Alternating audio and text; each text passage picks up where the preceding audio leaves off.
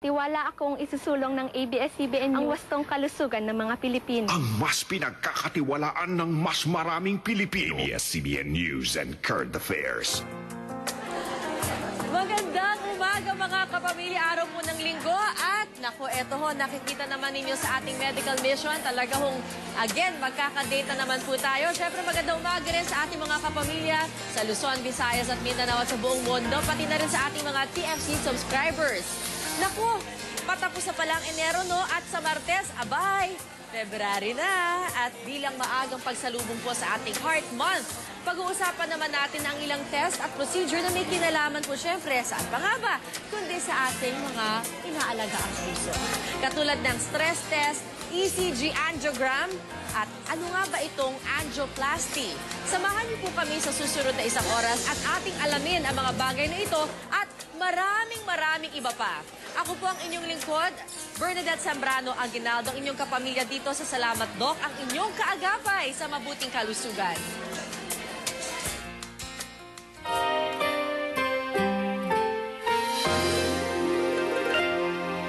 Salamat Doc sa inyo, salamat sa pagtulong nyo. Pag-aalaga ay tapat at totoo. Maayos na kalusugan, buong hangat kanino man. Sa bawat Pilipino'y kayo ang takbuhan. Salamat Doc! Salamat Doc! Salamat Doc! Ayon sa World Health Organization, ang sakit sa puso ang itinuturing pa ring #1 killer. Di lamang sa Pilipinas kundi sa buong mundo. At base na rin sa mga pag-aaral, mas salanta sa ganitong mga sakit ang kalalakihan kaysa sa kababaihan. Dahil na rin ito sa protective hormones ng mga babae hanggang sa pagsapit ng kanilang menopause kung saan tumataas ang peligro nilang magkasakit sa puso. Kundi nasa lahi ang pagkakaroon ng heart disease, kadalas ay resulta ito ng maling pagkain o lifestyle na nagdudulot naman ng pagbabara sa mga daluyan ng dugo papuntang puso.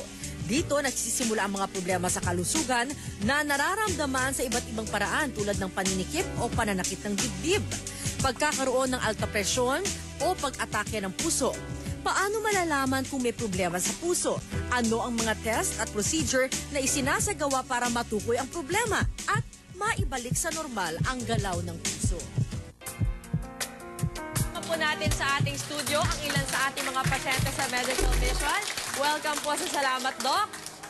Kamusta naman ang inyong mga puso? Okay naman. Umiibig pa din. O iniibig, no? Anyway, ito mga kapamilya, welcome nga po sa Salamat Doc at Happy Chinese New Year. At mayroon po tayong libreng flu vaccine good for 150 persons. Kaya, naku, samantalahin na po natin yan mga kapamilya. At eto na nga ho mga kapamilya, makakasama po natin ngayong umaga si Dr. Rogelio Ventura Tangco. Siya po ang chairman lang naman ng Cardiovascular Catheterization Laboratory o Cath Lab ng Manila Doctors Hospital. Magandang umaga, Doc. Morning. At tamang-tama, expert talaga tong si Doc Tangco. At tamang-tama naman, Doc, kasi sinabi nga natin Heart Month ngayon. Diba? Pero ang tanong, kailan nga ba tayo kailangan lumapit na sa isang heart doctor o isang cardiologist? Kapag kapag may hinala na merong pansakit sa puso, halimbawa, madalas sumasakit ang dibdib, madali kang mapagod, no? Yun ang mga karaniwan namin mga pasyente. Yung po sinasabi niyong chest pain, no? Yeah. Ano ho bang klaseng chest pain? Kunwari ako isang pasyente, lalapit sa inyo. Ano ba yung hinahanap nating mga senyales na baka nga itong taong to ay may sakit nga sa puso? Una, siyempre, history tsaka physical exam. Katulad mo, bata ka pa, no? Tsaka yung kwento mo kung kung kailan ka nagkakaroon ng chest pain, no? So, kung typical o atypical yung chest pain, malalaman namin galing ba sa puso yung sakit na yon o galing sa ibang lugar. Sa mga babaeng katulad mo, malamang because of the stress of your work, baka upper GI lang, baka reflux. No? Ano po yung upper GI? Yung reflux, yung acid bumabalik sa esophagus. Tinatawag naming heartburn. No? Pero on the other hand, kung ang chest pain mo ay dulot halimbawa ng exertion. No? Halimbawa, dati kaya mong umakyat hanggang 4th floor. Walang problema. Ngayon, bigla na lang first floor pa lang, hinihingal ka na. Bumibigat na ang dibdib mo. O kaya, halimbawa, executive na nag-golf. Dati nakakaya niyang lakarin buong 18 holes, walang problema. Ngayon, isa o 2 holes lang. Parang sumisikip ang dibdib. Manghihinala ka na. No? Halimbawa, yung executive na yun, smoker pa, may high blood, Like, ito yung lifestyle. may diabetes pa, obese pa.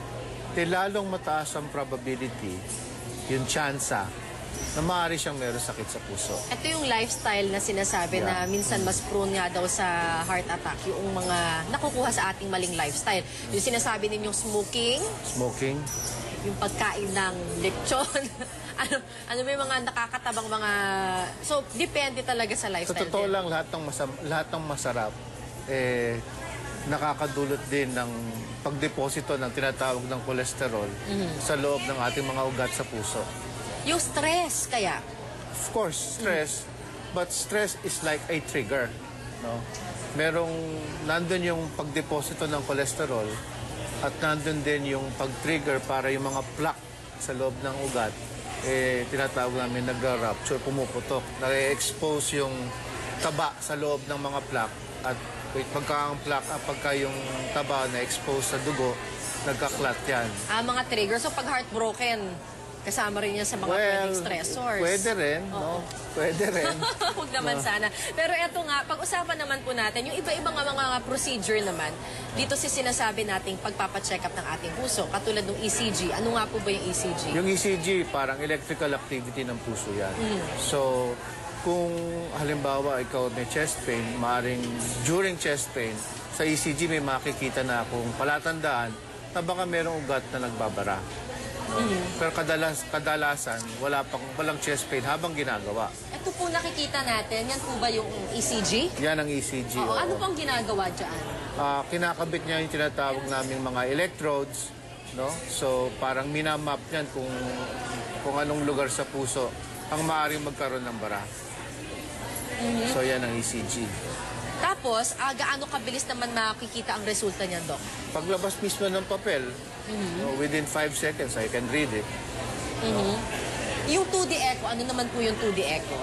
2D echo, ultrasound yan ng puso. No? Kapag gusto mong makita kung gaano kalakas tumibok yung puso, sa 2D echo makikita. Ito yung mga test na ito talagang kapag sinabing iti-check, etong 2D echo, ECG, pati na rin yung stress test, ito yung magkakasama ba itong tatlo or not necessarily? Not necessarily. Usually stress test, kung halimbawa, meron kang malakas ang hinala ko na puso nang gagaling pero wala akong nakita sa ECG, ang gagawin ko, ipapastress test ko siya. Sa stress test, para kang nag-ECG, kaya lang, ine-exercise kita. Ini-stress kita. Etong stress test, nagawa ko na ito sa Ginawa mo Manos din, yun oo. last time. Oo. So habang nag-exercise ka, Nakakabit ka sa ECG. Oo. Yung iba nga, ine-echo pa habang nag-i-stress test. at ayan, yung aking anong makina nga Mukhang ito. hindi ka nai-stress dyan. Hindi naman wala ka challenge. Hindi. Pero ito, Doc, kasi makikita kapag hirap na ang puso dun sa stress test. Oo. Makikita na sa ECG. At kung minsan, meron ding echo nakasabay. No, pag sa peak ng exercise, titigil nila yung stress test, pahihigayin ka, i-echo ka ngayon. Makikita ngayon kung merong bahagi ng puso na nung nakapahinga ka ay magandang tibok, pero ngayong pagkatapos ng exercise, mahina. Sa makatwid, doon sa bahagi na yon, maaring may ugat na nagbabara. At doon natin malalaman mamaya kung ano nga ba ang gagawin kapag may hinala na may ugat na nagbabara. Itutuloy po natin ang ating pag-uusap sa iba pang mga test at heart procedures maya-maya lamang po. At eto naman ang ating maikling sneak preview ng iba pa nating tampok sa pagbabalik ng Salamat Doc. Ano ang dapat gawin kapag kumpirmadong may bara sa daluyan ng dugo patungo sa inyong puso? Ano nga ba itong tinatawag na angioplasty? We're very pleased to be involved here, and I think there's a role for us to play. Sa Health Patrol, napapanahong workshop tungkol sa pagresponde sa mga emergency at sakuna isinagawa. Subukan tong spaghetti sardines, #1 sa sustansya. Healthy recipe para sa malusog na puso ituturo sa payo ni Doc. At sa Health Police, hindi na sapat yung pagkain mo. So, kailangan may vitamins din. You have to maintain a good health. ang diet at exercise regimen ng PBB Double Up second placer na si Paul J. Castillo.